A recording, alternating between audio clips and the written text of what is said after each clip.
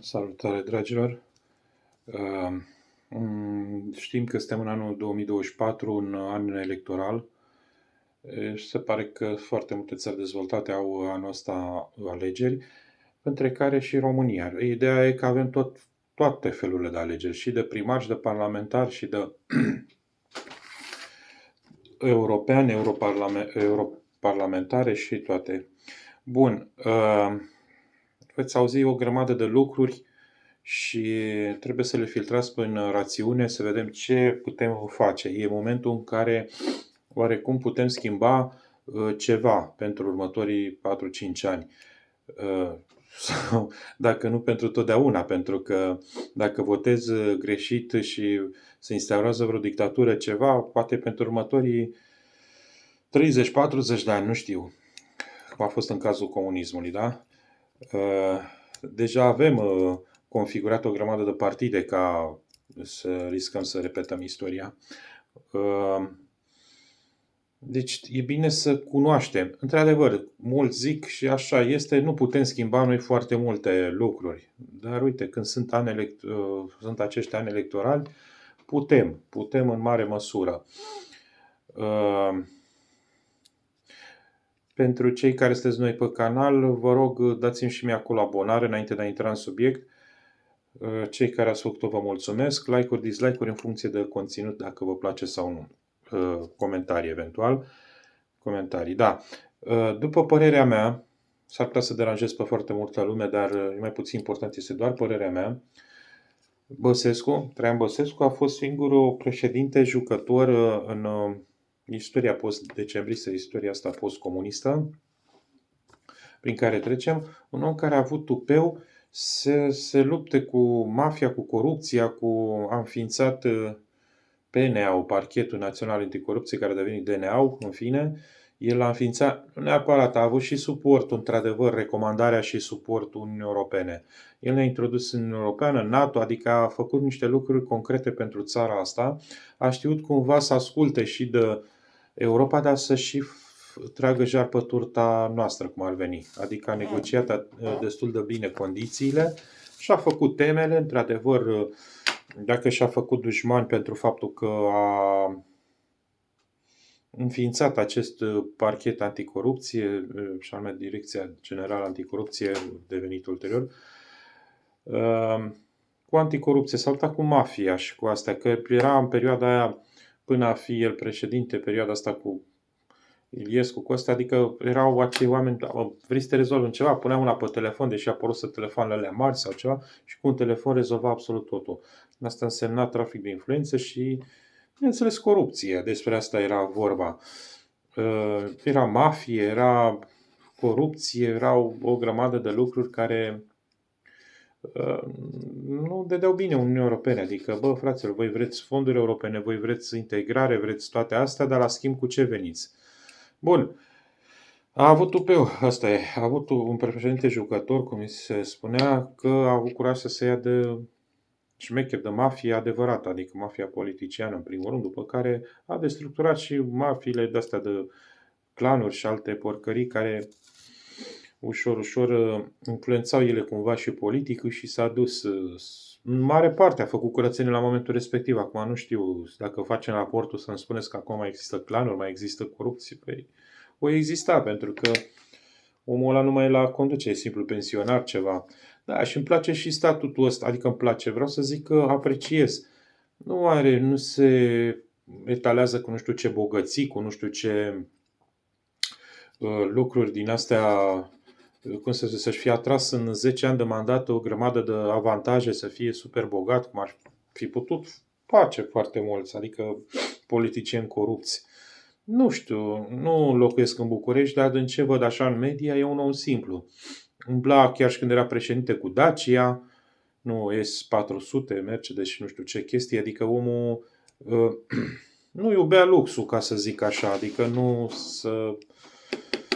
era fățarnic încrezut, să zic.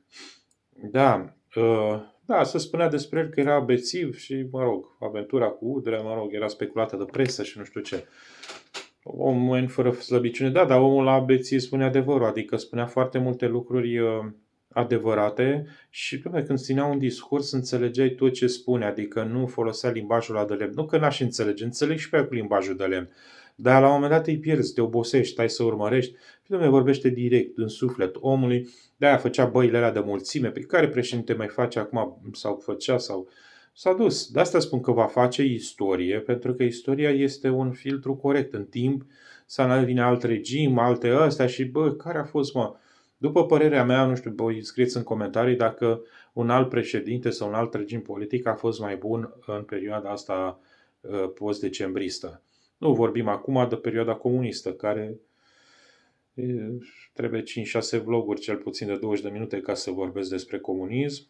Dacă mi se cere și asta, voi vorbi și despre asta. Dar, în contextul actual, deci asta mi se pare mie interesant, că era un președinte jucător. Deci avea, la o dată era, nu mai știu, nu în campanie, era chiar într-o confruntare politică televizată și zicea, ce-o fi făcut, mă, țara asta, dar trebuie să aleagă între doi comuniști. Mi se pare că Năstase era sau nu mai știu cu cine era la duel, ca să zic așa. Și omul a avut un exces ăsta de sinceritate. O fi fost, nu știu, că l-au găsit ăștia, că a fost și securist, probabil n-a fost foarte curat ca să poată să ajungă acolo. Da. Dar are carismă. Carismă pe care, mă rog, acum am înțeles că e bolnav, însănătoșire grabnică, a avea carismă. Cât era președinte, o mai are și acum, da. Un om cu carismă, cu glume la el, cu tot timpul, adică isteț, adică spontan. Nu, îi punea o întrebare să răspundea la întrebare pe înțelesul tuturor, nu venea cu limbaj de lemn răspunzând la o altă întrebare, știi? E enervant la un moment dat când cineva, un reporter sau ceva, întreabă ceva punctual, ia uite bă, gata, bine, i-a zis, ia stai să vedem ce răspunde. Și ăla începe și răspunde altceva. Dom'le, are importanță deosebită, mai făceam și o vrăjeală de asta pe la școală ca să nu iau nota minimă, luam o notă mai bună, deși eu nu știam nimic despre lecție. Așa fac și politicienii, nu au lecția învățată, nu știu ce să răspundă la respectivul subiect și dă în vrăjeală cu altceva, că nu știu ce și nu știu cum, doar a vorbit. Dom'le, a vorbit. Și dacă a folosit și limbajul de lemn, omul needucat, care nu cunoaște ceea ce a zis, a răspuns, domnule, la întrebare, a răspuns, știi? Da. În ziua de astăzi, dacă e să facem așa o retrospectivă, oameni cu carismă mai avem pe Becali, dar el nu mai e un personaj politic, l-au potolit, l-a pus cu votul pe labil mai mult despre religie, și se pare că chiar e credincios omul, în afară de faptul că treaba lui, cum a făcut banii, cum astea, că nici până la urma urmei, dar face și foarte mult bine, adică cumva dă zeciuiala aia care... Dar omul are carismă, are tot. Crede-mă că dacă ar fi fost lăsat, ar fi avut o carieră politică foarte, foarte bună. Înțeleg că aici, în zona Vâlcii, pe undeva a cumpărat niște terenuri pe la Comanca și a făcut o mănăstire sau chiar două. E zona lui privată acolo, mă rog, a cumpărat și a făcut mănăstire, deci n-a făcut ceva turistic sau care să-i aducă profit. Și are obiceiul de se duce foarte des neanunțat în mănăstiri de aici, din județul Vâlcea, că sunt foarte multe și se trezesc oamenii cu el. Probabil mai vine însoțit de 2-3 persoane, dar vine pur și simplu la mănăstire. Deci a fost și la Atos, e foarte credincios. Deci nu mai pune nimeni la îndoială chestia asta, ceea ce dă un lucru bun. Adică înseamnă că are o morală și un suflet bun. În ceea ce, da. Așa, în ce privește pe Băsescu, că de el vreau să vorbesc mai mult, că nu găseam oameni cu carismă care să fie așa, ar fi... Deci Băsescu a avut tupeu să se ia inclusiv, știți, scandalul cu Voiculescu și cât i-au ținut ăștia dușmănie și antenele, că mai și acum vorbesc despre omul e pensionar, nu mai, ce tot mai îl vorbiți de rău, asta e găsiți defecte, că da, bun, răzbunarea a fost cruntă pentru el, că a avut tupeu și să ia de mafie, acum el trage aceste ponoase și cunoștințele lui și nu este un om bogat. Deci, pe mine, nu știu, l-aș asemăna cu Cuza, nu știu, ceva din istorie un personaj istoric care va rămâne în perioada post-decembristă. Deci, pentru mine, Da, ce să zic, sunt fan. Adică nu, omul nu mai are influență politică, acum nu mai are nicio chestie, dar a lăsat o dâră. Chiar asta cu dâra mi-a plăcut. Era într-o confruntare cu Constantinescu. Nu știu, de fapt, așa, el era în funcție Băsescu și îi zice Constantinescu, televizat o chestie. Bă, dar tu n-ai fost... Și la care Băsescu îi zice, mă, tu ai fost președinte un mandat, da, 4 ani sau așa. Tu ești președintele care n-ai lăsat nicio dâră în urma ta. Bă, umilință mai mare ca asta se spune, n-ai lăsat nicio dâră. Nimic. Adică în urma ta, i-a zis-o, l-a pus botul pe labe, adică n-a mai avut ăla de ce să mai fie incisiv sau ceva, că îți dai seama, cu chestia asta chiar e suficient să zică cineva. Da, și cam așa e, nu n-a făcut. Din câte știu, în zona noastră aici, Vâlcea a cumpărat niște spații comerciale centrale, Constantinescu, în fiul său, Dragoș Constantinescu.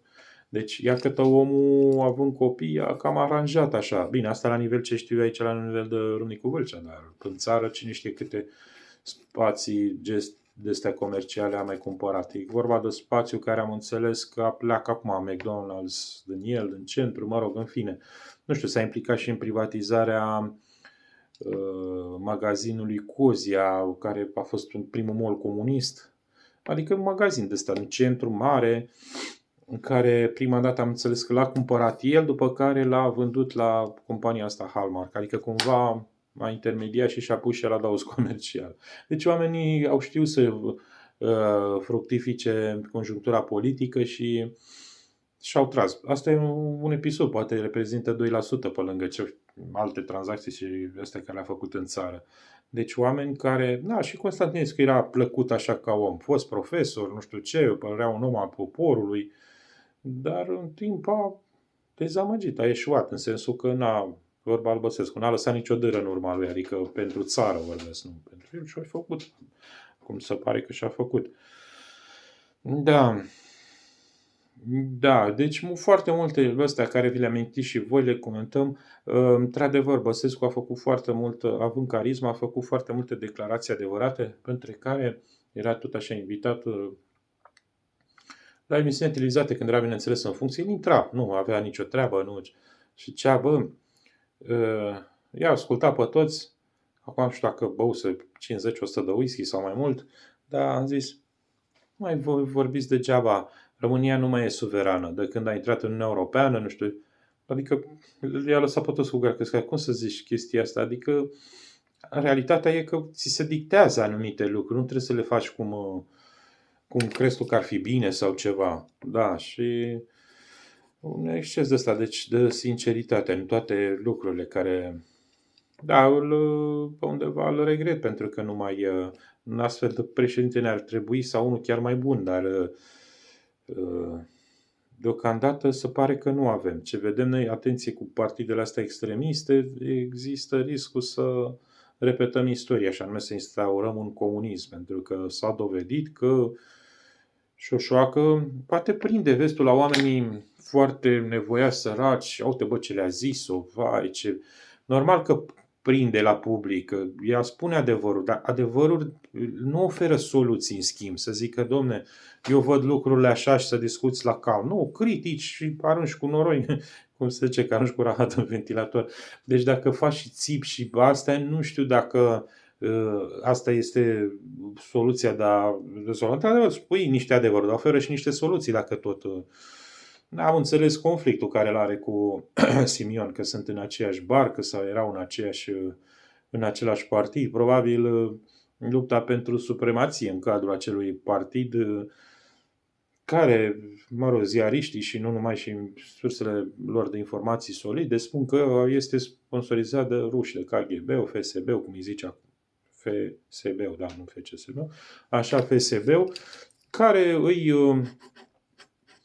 plătește practic și să facă anarhie, că discursul lor este împotriva Uniunii Europene, împotriva vestului, adică dacă e să vezi ca o substanță, ca doctrină ce au, urăsc pe ăștia de dreapta, cumva, care Occidentul, orice măsuri, că domne, ați vândut țara și o dau pe naționalism, pe vrăjeală din asta ieftină, că, vezi, doamne, ați vândut țara, că gay, că nu știu ce, că concerte, că droguri, că, bă, frate, Zic, unde e libertate, în toate țările există și neplăceri, și adică unii înțeleg greșit libertatea și eu nu cred că alt regim, într-adevăr, unde era disciplină și la momentul respectiv, în comunism, nu existau droguri, dar existau alte lipsuri, existau alte lucruri nasoale. Așa că, nu știu, câți dintre voi vă doriți să ne întoarcem în istorie, adică să ajungem să fim comandați de un partid 100% extremist, de stânga, influențat de est, ca să ajungem să, nu știu, să repetăm istoria, ce să mai, să ne întoarcem iar la comunism și la chestii de-astea urâte, că într-acolo ne duc astfel de discursuri care nu oferă decât critici pe un ton într-adevăr vehement și incisiv plăcut marei mase a populației, mulți care nu sunt într-un fel sau altul educați și cumva și scârbiți de clasa politică. E de înțeles că, na, pur și simplu dacă te-au scârbit și te-au dezamăgit toți până acum și vezi una care țipă și spune adevărul, eu când o prind pe TikTok sau pe ceva trebuie să dau volumul foarte încet, că deranjează mediul ambiental și pe mine, efectiv, cum scrie corect, cum să țipetele alea și nu știu. Dacă cui plac, da, ți-am spus, prind foarte mult chestiile astea la publicul cumva lovit de soartă și sărăcit și scârbit de clasele politice, într-adevăr, discursul, dar ei nu oferă soluții, pur și simplu să duc critică, îți bagă telefonul în ochi, cu tare, nu știu ce să zic dacă asta este modul corect de a face politică. Nu, modul corect este să vii cu niște soluții concrete și să găsești un plan de țară, să fii, dacă ești politician, da? Așa decât pe scandal, pe gălăgie, nu știu cum rezolvi și într-un fel sau altul contribui la îmbunătățirea situației politice, nu numai. Eu vă mulțumesc că ați urmărit până la capăt acest vlog. El era, ce voiam să vorbesc mai mult, este despre clasa politică post-decembristă și ceea ce avem noi acum. Da, avem un președinte care e întâi excursionist al țării, se plimbă foarte, foarte mult știind că nu mai are alt mandat și nici nu cred că îl mai interesează omul, adică Dar totuși ar trebui să nu vină, cum spuneau ăștia, doar în vizită în țara noastră, să mai și guverneze, să mai și conducă, să semneze legi, să facă datorie, pentru că pentru asta a fost ales, pentru asta o să ia o pensie frumoasă, nu știu.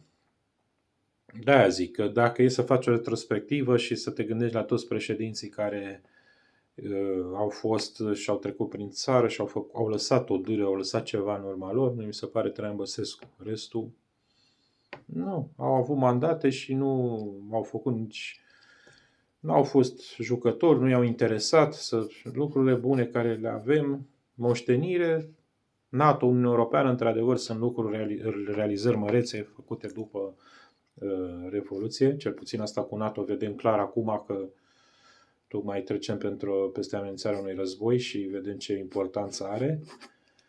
Dar altfel nu era. Cum eram cu economia la pământ, eram și cu armata la pământ. Stați știi că PIB, adică exprimă procent din PIB, clar nu aveam nici armată și nu avem. Deci dacă e că noi oricum individual avem și Minister al Apărării, avem și unități militare românești, dar sunt pline de sărăcie. Sunt puse în zone bune, uneori și ale orașului și pe unde sunt, dar miroase a sărăcie pe lângă ele, adică nu vezi tehnică militară sau nici măcar și clădirile ponosite, urâte, garduri care stau să pice, nu știu, deci nu s-a investit în armată și pe undeva nici nu zic că, Doamne, ce bine e. Bine că am intrat în NATO, asta clar e realizarea post-decembristă, care v-am spus, în mare parte cu ei se datorează și noi nu vorbim de lucrurile astea. Probabil ne place să vorbim și să apreciem un om doar postem.